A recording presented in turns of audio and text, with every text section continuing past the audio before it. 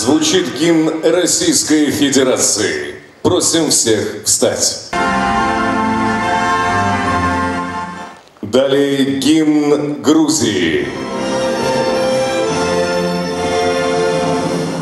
Мы с вами, дорогие друзья, представители национальных автономий, представители других общественных организаций, совместно с властью обязаны проводить ту работу, которая входит в интересах нашего общества.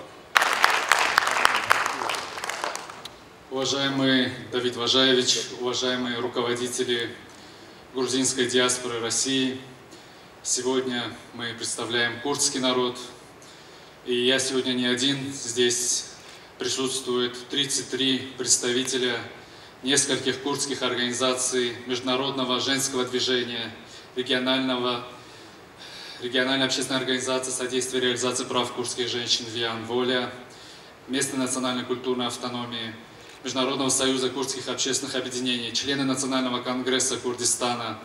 И все мы сегодня здесь, чтобы поддержать вас. Еще забыл упомянуть Народной ассамблеи курдов города Москвы, конечно же. Все мы пришли сюда, чтобы поддержать вас в ваших начинаниях.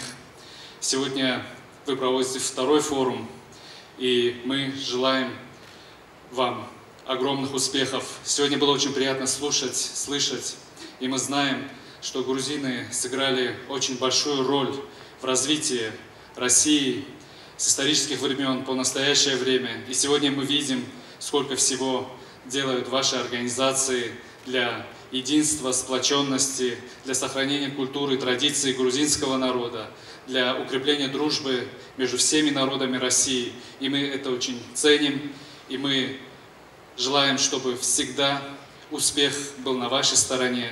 Конечно же, одной-двум организациям может быть сложно, но прежде всего нам хочется, чтобы вы и все мы были сплоченными, действовали как единая команда, вместе мы сильнее. Знаете, во всех ваших начинаниях братский курдский народ рядом с вами, плечом к плечу. С праздником!